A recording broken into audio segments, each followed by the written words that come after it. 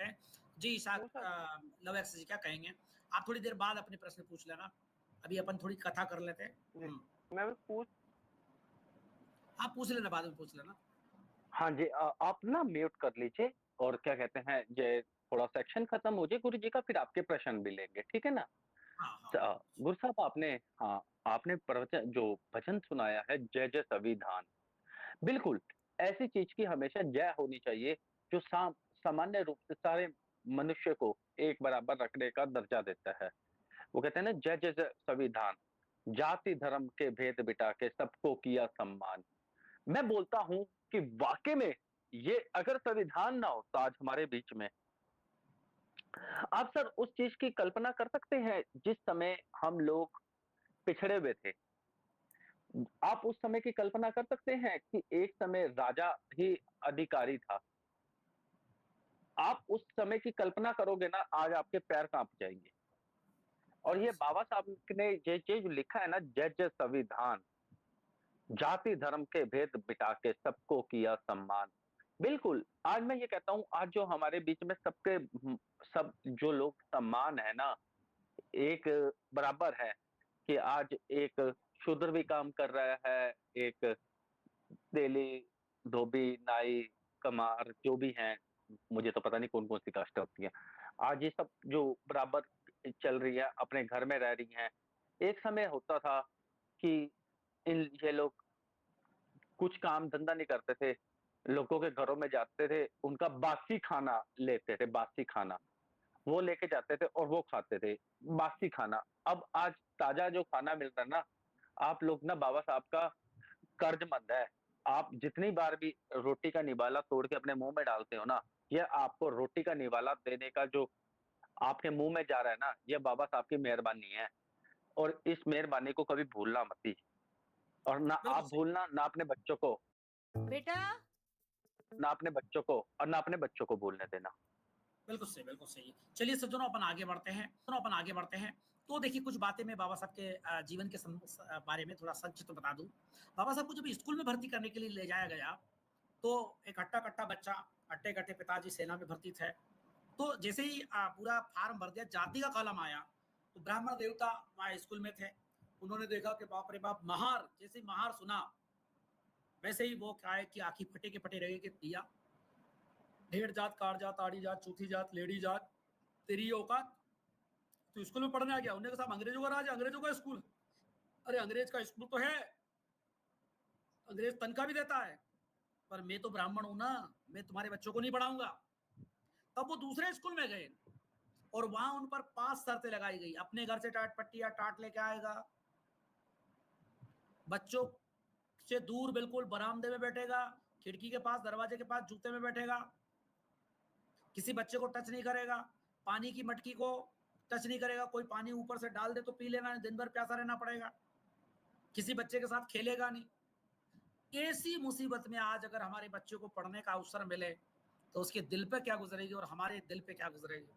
मैं बार बार ये कहता हूं कि जो सवर्ण समाज में पैदा हुए लोग हैं, वो उस जगह अपने आप को रख करके, उसको वहां पर रख करके और फिर डॉक्टर अंबेडकर का मूल्यांकन करें, तब आपको पता चलेगा कि महात्मा फुले क्या थे, तब आपको पता चलेगा कि बाबा साहब क्या थे, तब आपको पता चलेगा कि पेरियार क्या थे। वहां रखो तो सही, कल्पना तो करो। मेरे एक ब्राह्मण देवता मित्र है, हमारे पड़ोसी रहे, तो हम ऐसे ही भोजन करने के बाद आश्रम से घूमने जाते थे। तो मैंने कहा तिवारी जी, तिवारी थे वो, तो मैंने कहा तिवारी जी एक बात बताओ कि अगर सारे देश के लोग ये संकल्प ले ले कि ब्राह्मणों से कोई नमस्ते नहीं करेगा, ब्राह्मणों से कोई व्यवहार नहीं करेगा, ब्राह्मणों को कोई अपने कार्यक्रमों में नहीं बुलाएगा, ना उनसे सामान लेगा ना देगा, ब्राह्मणों का पूरा बहिष्कार कर दे, तो मुझे बताइए कि, और ये सिर्फ 5 साल के लिए कर ले सारे देश के लोग, तो ब्राह्मणों की हालत क्या हो जाएगी। अरे उन्होंने कहा गुरुजी 5 साल छोड़ो, 8 दिन में ही 12 बज जाएगी, बर्बाद हो जाएंगे। मैंने कहा विचार करो, हमारे बाप दादाओं ने कैसे कानून बनाए, हमने हजारों साल तक उनसे नमस्ते नहीं की, अभिवादन नहीं किया, आज भी हम उनसे अभिवादन नहीं कर रहे हैं। आज भी गांव के बाहर वो है, आज भी गांव के अंदर जब बच्चा जाता है किसी गांव में दलित का, उसका बाप पूछता है बेटा कहाँ जा रहा है, कि पापा मैं गांव में जा रहा हूँ, मतलब वो गांव का सदस्य आज भी नहीं है। और इसीलिए हमारे लोग कहते हैं कि वो गांव के अंदर जब बारात निकालता है डीजे पे दलित दूल्हा, तो हमारी छाती फट जाती है कि जिसके बाप दादा हमारे घर के सामने जूता लेकर के हाथ में रख करके घूमते थे, आज वो हमारे सर पे बैठ रहा है। इसलिए फिर धर्म नष्ट हो गया, अरे कलयुग आ गया, अरे मारो रे, और हम जेल चले जाते हैं। पर धर्म नष्ट, फिर धर्म को बचाने के चक्कर में जेल चले जाते हैं। तो मैंने जब उनको कहा कि 5 साल की कल्पना कर रहे हैं, अरे जिन लोगों को 5000 साल तक सताया गया हमारे लोगों के द्वारा, अभी लॉकडाउन चला था ना, लॉकडाउन, मैंने कि ये दलित आदिवासी ये 5000 साल से लॉकडाउन में पड़े हैं। हमें तो अभी 1-2 महीने के लॉकडाउन में हमें हमें सूझ पड़ेगी कि लॉकडाउन क्या होता है, लेकिन उस दलित की तरफ देखो, उस आदिवासी की तरफ देखो जो सदियों से लॉकडाउन में पड़ा हुआ है। आज भी हम उसे गले लगाने के लिए तैयार नहीं है। आज भी हमने उसके लिए गांव के मंदिरों के दरवाजे नहीं खोले, शमशान के दरवाजे नहीं खोले, अपनी पंगत के में आज भी हम बिठा के उसको खाना नहीं खिला रहे हैं, आज भी हम उससे तमीज से नहीं बोल रहे हैं। बताइए उस जगह अगर हमें रखा जाए 5000 साल तक या 5 साल तक ही हमें अनुभव करवा के, अनुभव प्रैक्टिकल कर लो कि दलित को क्या पीड़ा होती होगा, आदिवासी क्या पीड़ा होती होगा, उस पीड़ा को अगर सवर्ण समाज के लोग भोगने लग जाए 5 साल के लिए, तो लव एक्स जी क्या कहेंगे, 2 शब्द कहेंगे? फिर हमें लगेगा कि हाँ, वास्तव में डॉक्टर अम्बेडकर का मूल्य क्या है, पेरियार का मूल्य क्या है, फूले का मूल्य क्या है, साहू का मूल्य क्या है। जी, आज जो लोग गाली देते हैं ना इनको, उनका मूल्य उनको ही पता चलेगा। जी लवेक्स जी। हमारे हमारे गाँव में एक बच्चा था, इंद्र इकबाल नाम था उसका। उसने अपने मास्टर जी के मटके को छू लिया था, तो मास्टर जी ने उसके गले में फूलों का हार चढ़ा दिया था। तो हम लोग तो बहुत महान लोग हैं, और एक बच्चे ने मटका छू लिया था मास्टर जी का, मास्टर जी ने उसकी उँगली शहीद कर दी थी, मतलब जन्नत में पहुँचा दी थी उँगली। देखो, ऐसी बात नहीं है, हम लोग बहुत महान हैं, हमने तो बहुत लोग मारे हैं, हमने तो सीधा भगवान से मिलाया है ऐसे दलित लोगों को, और हमें इस चीज़ का पूरा गर्व है। और आज हमारी छाती चौड़ी हो जाती है। जब हम बाहर से मैं पढ़ के आ रहा था, मुझे पता नहीं था हमारे गाँव में ऐसा होता है, तो मैं थोड़ा-सा उतर गया था गाड़ी से, मैंने कहा थोड़ा-सा फ़ोटो-फाटो खींच लूँ। तो एक बुड्ढी-सी औरत थी, वो चप्पल पहन के जा रही थी, मुझे देख के उन्होंने अपनी चप्पल हाथ में लेके खड़ी होगी, और वो खड़ी रही। मैंने कहा, "इससे क्या हो गया भाई?" उन्होंने कहा, "ये ठगर साहब आपके सामने चप्पल नहीं पहन सकती।" मैं कहा, "मेरे सामने चप्पल पहनने की मैं इसकी चप्पल चोरी कर लूँगा।" तो उन्होंने कहा, "नहीं, जब तक आप खड़े रहोगे, ये नहीं पहनेगी।" मैंने कहा, "लानत है।" मैंने कहा, "मैं इस समाज का बहिष्कार करता हूँ।" मैंने कहा, "भाड़ में गई ऐसी बिल्कुल सही। संगति।" अच्छा देखिए, चप्पल पहनने का अधिकार भी अंग्रेजों ने दिया। जब अंग्रेज आए, तो उन्होंने चप्पल बनाई, चप्पलों की दुकानें, फैक्ट्रियाँ खोल दी उन्होंने। भई चप्पल पहनो ना, कहते साहब चप्पल नहीं पहन सकते, सदियों से चप्पल पहनने का अधिकार नहीं था। जब पहली बार चप्पल पहनते थे, तो छुप करके पहनते थे, और जब उच्च वर्ग के लोग दिख जाते थे, उन्होंने देखा कि ये मारेंगे, इसलिए वो चप्पल पीछे कर लेता बेचारा, औरत पीछे कर लेती। मैंने खुद ने अपने गाँव में ये देखा है कि जब महिलाएँ निकलती थी, तो भयंकर गर्मी होती थी। और गांव के जो बड़े प्रतिष्ठित लोग तथाकथित, वो जब बैठे रहते थे, तो चाहे वो दलित समाज के ही प्रतिष्ठित हो तथाकथित, या आदिवासी या पिछड़ी समाज के भी हो, उनके सामने भी महिलाएं जूता पहन के नहीं निकल सकती थी। यानी ऐसा ही नहीं कि केवल ये तो सवर्ण समाज का, यानी जो निम्न वर्ग के भी जो तथाकथित ओबीसी की जातियों के जो पटेल पटवारी या उच्च वर्ग के तथाकथित जो रहते थे, उनके सामने भी वो जूता चप्पल, और आज भी कई जगह ऐसा है। मतलब मैंने बचपन में मैंने अपनी आंखों से देखा, मुझे दिमाग में बड़ा गड़बड़ होता था, मैंने क्या ये महिलाएं चप्पल क्यों नहीं पहनती है? अरे तो पूछा कि कायदा है, कायदा मतलब मर्यादा है। टिप टॉप टिप उनको क्या पता कि ये कायदा नहीं है, मूर्खता है। अरे भाई, गर्मी तो चप्पल तो जूते, चप्पल तो पहनने के लिए बने ना, ताकि गर्मी ना लगे, कांटा ना लगे, अपना पैर सुरक्षित रहे। ये कौन सी मर्यादा है कि किसी आदमी के सामने अगर चप्पल पहन के निकल जाएंगे तो उसकी मर्यादा फट जाएगी, उसका धर्म नष्ट हो जाएगा। कितनी बड़ी मूर्खता है। तो चलिए आगे की यात्रा पे चलते हैं। इस मामले में मेरी दादी जी बहुत अच्छी थी। जैसे पता क्या होता था, हम हमारी दादी जी कपड़े धोती थी ना, अगर कोई छोटी जात का आदमी कपड़ों के पास से निकल जाता था, उसकी परछाई पड़ जाती थी, मेरी दादी दोबारा कपड़े धोती थी। मैं कहता था फिर निकलेगा, फिर धोएगी, फिर धोएगी। बहुत महान विचार के लोग थे हम तो भाई, और हमारे को गर्व होता है इस चीज़ पे। चलिए चलिए, तो बहुत अच्छी बात है। लव एक्सचेंज ने व्यंग किया है। कुछ नालायक ये समझ लेंगे कि वास्तव में ये गर्व कर रहा है। अच्छा, कुछ भाषा समझने में भी प्रॉब्लम होती है। तो चलिए, दैट्स लव इट। एक्सचेंज भी उस व्यवस्था पर व्यंग कर रहे हैं जो अपने पूर्वजों ने ब्राह्मणवादी जो व्यवस्था बनाई थी, जिससे इस देश के शोषित पीड़ित वंचित लोगों को कितना नुकसान उठाना पड़ा है। तो जब बाबा साहब अम्बेडकर 1907 में उन्होंने 10वीं पास कर लिया, फिर एल्फिंस्टन कॉलेज बम्बई में वो भर्ती हुए, तो वो भर्ती हुए तो वो संस्कृत से बीए करना चाहते थे। अब संस्कृत से बीए करा, तो हमारे जिस धर्म के ठेकेदार ने फिर कहा कि साहब आप संस्कृत नहीं पढ़ सकते, तो उन्होंने फारसी भाषा लेकर के और BA MA किया। इसके बाद बाबा साहब अम्बेडकर के पिताजी गुजर जाते हैं और सयाजीराव गायकवाड़ को पता चलता है कि एक बहुत बड़ा प्रतिभाशाली व्यक्ति है, बच्चा है, वो पढ़ रहा है। तो उन्होंने एक छात्रवृत्ति स्कीम लाए थे दलित आदिवासी पिछड़ी जातियों के लिए। उसमें बाबा साहब अम्बेडकर को 2500 रुपए छात्रवृत्ति दी और वो कोलंबिया यूनिवर्सिटी गए। वहां चाहते थे वो सिगरेट पीते, सिनेमा देखते, आवारागर्दी करते, लेकिन उन्होंने ये सब नहीं किया। 25 रुपए छात्रवृत्ति में से कुछ पैसे बचा करके रमाबाई को लिए भेज देते। रमाबाई कंडे बनाती थी, गोबर थापती थी, सिलाई करती थी, मजदूरी करती थी, बच्चों को पालती थी। आप विचार कीजिए कि 1913 से लेके तो करीब 1923 तक 10 साल तक बाबा साहब लंदन, अमेरिका बार बार आते जाते रहे और अपनी डिग्री प्राप्त करते रहे। वहां सयाजीराव गायकवाड़ का एक कोई सचिव था, ब्राह्मण देवता, उसने देखा कि बाबा साहब ने कहा कि मेरी छात्रवृत्ति और बढ़ा दी जाए और मैं कुछ और पढ़ना चाहता हूँ। तो उन्होंने बाबा साहब की छात्रवृत्ति को रोक दिया और रोकने के बाद बाबा साहब को वापस आना पड़ा। जैसे ही महाराज ने कहा कि डॉक्टर अम्बेडकर आ रहे हैं, उनके सम्मान करो और रेलवे स्टेशन पे जाओ, कोई अधिकारी उनको लेने के लिए नहीं गया। बाबा साहब अपनी अटैची लेकर के गए और जब वहां पर वो गए तो उनको सरकारी क्वार्टर भी नहीं मिला। बड़ी मुश्किल से वो इधर उधर भटकते रहे और हिंदुओं के जितने भी वो थे, यानी ब्राह्मणवादियों के होटल वगैरह, लॉज वगैरह, वो सब मतलब सबने बहिष्कार कर दिया। तब वो पारसी धर्मशाला में, क्योंकि फारसी भाषा उन्होंने पढ़ी हुई थी, तो उसके माध्यम से उन्होंने अपनी जाति धर्म बदल करके और वहां पर कमरा लिया। 8 दिन के बाद उनको भी पता चल गया कि बाबा साहब अम्बेडकर नाम का एक अछूत, एक महार जाति का व्यक्ति नाम बदल के, जाति बदल के हमारी धर्मशाला को भ्रष्ट कर रहा। लेटर ले लेके आ गए। उन्होंने कहा कि साहब मुझे 8 दिन का टाइम दे दो। वहां पे राजा साहब की तरफ से बोला गया है कि 8 दिन बाद आपके कमरे की, आपके बंगले की व्यवस्था कर देंगे। लेकिन वो कमरा बंगला उनको नहीं मिला कि तुम तुरंत निकलो यहाँ से, शाम तक निकल जाना, तुम्हारी हड्डी पसली तोड़ देंगे। तब बाबा साहब अपनी सूटकेस लेकर के, थोड़ा वो सामान किताबें लेकर के कामठी बाग बड़ौदा में एक पेड़ के नीचे बैठे रहे। 5 घंटा रेल लेट थी और उनकी आंखों से आंसू झरते थे। ये कैसा समाज है, ये कैसा राष्ट्र है। मैं इतना पढ़ा लिखा हूँ, फर्राटे बद अंग्रेजी बोलता हूँ, दाढ़ी मुझ साफ है, कोट पैंट टाई लगाई हुई है, लेकिन फिर भी मुझसे इतनी घृणा करता है। अगर वो मेरा समाज जो खेतों में काम कर रहा है, जो नंगा भूखा लाचार है, जो अच्छा खाना नहीं खा सकता, अच्छे कपड़े नहीं पहन सकता, अच्छे मकान नहीं में रह सकता, उसके साथ ये लोग कितनी दुष्टतापूर्ण व्यवहार करते होंगे। तब बाबा साहब अम्बेडकर ने उस पेड़ के नीचे बैठ करके संकल्प लिया, अगर मेरे समाज को मुक्ति नहीं दिला पाऊंगा तो मैं अपने आप को गोली मार लूंगा। इस प्रकार का संकल्प लेके बाबा साहब बंबई चले जाते हैं।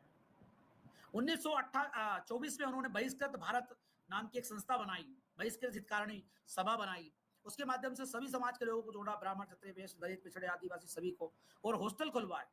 उसी समय बाबा साहब अम्बेडकर ने मूक नायक नाम का अखबार निकाला 1920 में, और उसमें साहू जी महाराज नाम के जो शायद अखबार बाबा साहब अम्बेडकर ने निकाला था, उसका संपादक दूसरे को बनाया था, लेकिन संपादकीय बाबा साहब ही लिखते थे।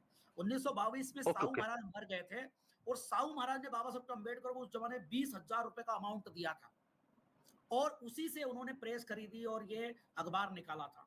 इसके बाद अच्छा, बाबा साहब अम्बेडकर ने 5 अखबार निकाले अपने जीवन में, यानी वो एक बहुत बड़े पत्रकार और संपादक भी थे।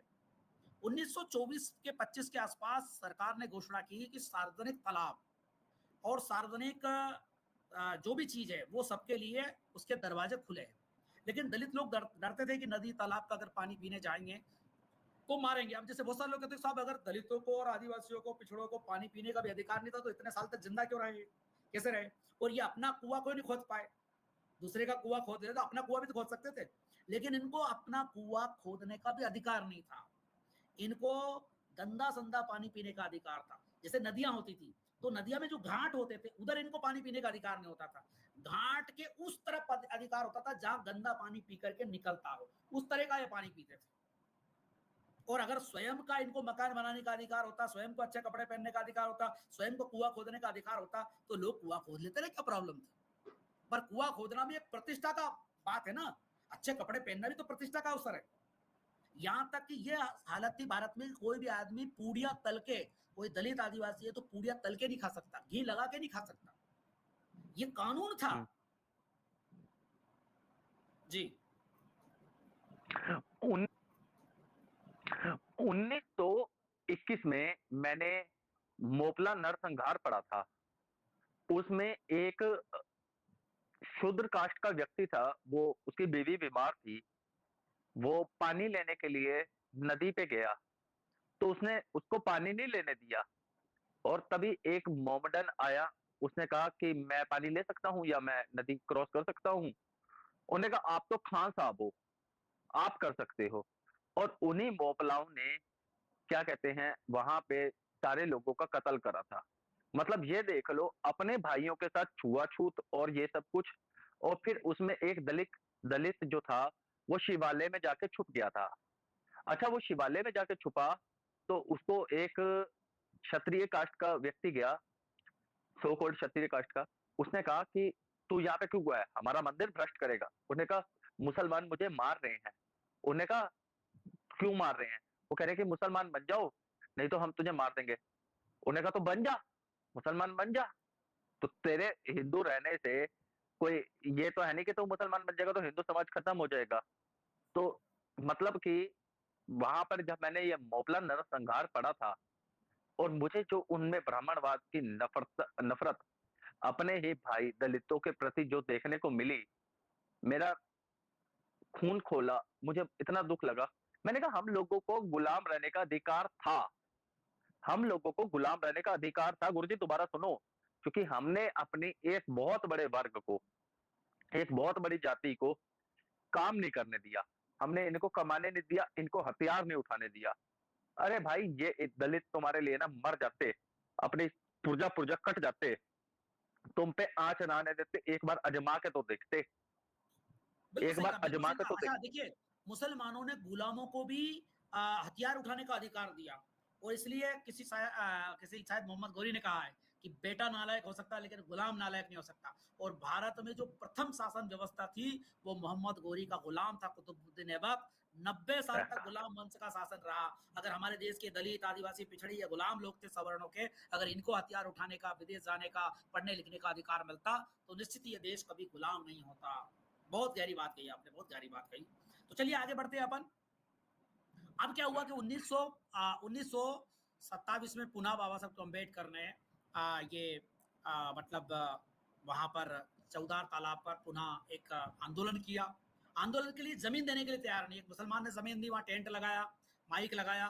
बाबा साहब ने कहा कि भाई अच्छे कपड़े पहनो, नहाओ धो और गंदे खान पान को छोड़ो।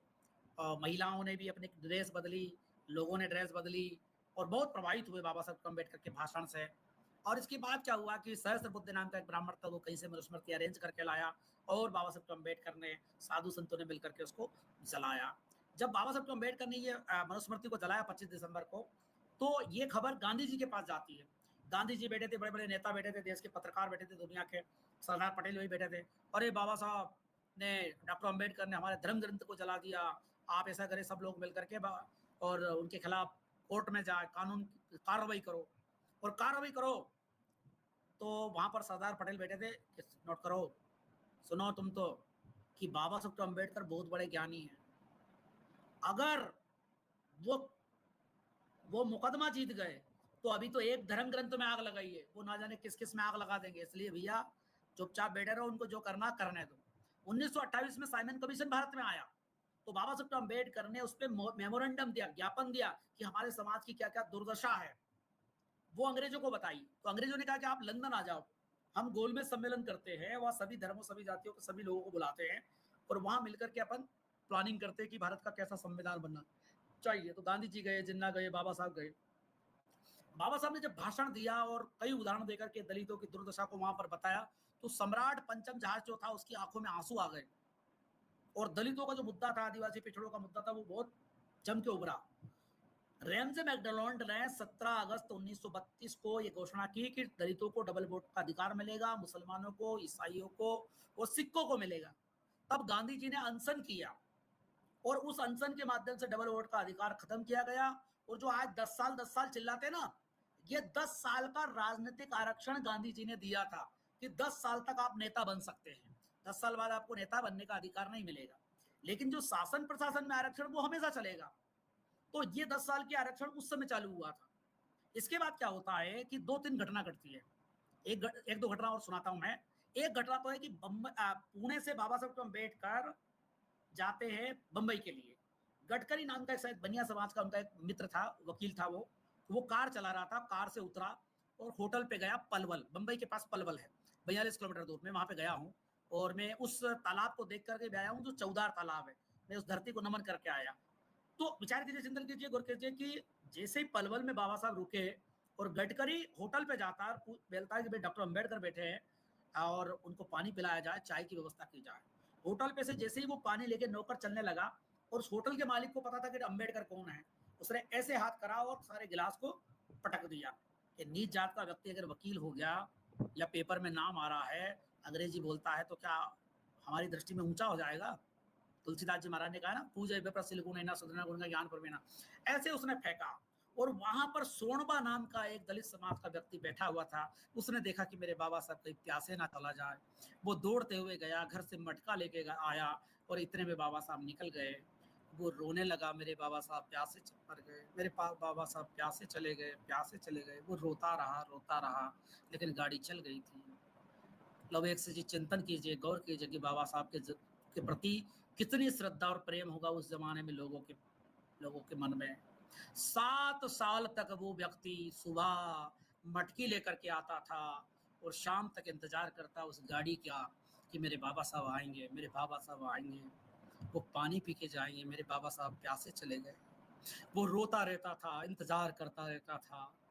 7 साल बाद बंबई में खबर पता चली कि एक सोनबा नाम का बाबा साहब अम्बेडकर आपका भक्त है, जो आपको पानी पिलाना चाहता है। वो आपके दर्शन के लिए पागल हो गया है, आप चलिए। बाबा साहब अपने 4-5 दोस्तों को लेकर के, माला लेकर के, फूलों की मिठाई लेकर के और बंबई से निकलते हैं। पलवल की धरती पर उस ढाबे के पास जाते हैं, पूछते हैं लोगों से कि सोनबा कहाँ है। उस पेड़ के नीचे ठीकरे पड़े हुए थे, उस मटकी के ठीकरे पर पड़े हुए थे सज्जनों। बाबा साहब फूट फूट के रोने लगे। लोगों ने कहा, बाबा साहब आपका इंतजार करते करते सोनबा 8 दिन पहले ही हमारे बीच से चला गया। बाबा साहब ने रोते हुए அனைவருக்கும் சிறந்த பரிசு चला गया। बाबा साहब ने रोते हुए उन ठीकरों पर फूलों की माला बिछाई और कहा, सोनबा तेरी कुर्बानी अखारत नहीं जाएगी अगर मैं मेरे समाज को, लोगों को आजादी नहीं दिला पाया तो अपने आप को गोली मार लूंगा। इस तरीके का संकल्प लेकर के बाबा साहब पुनः बंबई आ जाते हैं। ऐसा त्याग और तपस्या थी बाबा साहब की, ऐसी भक्ति थी लोगों की उनके प्रति, सज्जनों की। उन्होंने इतना बड़ा उपकार किया था इस समाज, इस राष्ट्र पर। तो विचार कीजिए, चिंतन कीजिए, गौर कीजिए सज्जनों। 1932 तक हम आ जाते हैं। लव एक्स जी 2 शब्द कहेंगे अभी तक की यात्रा पर?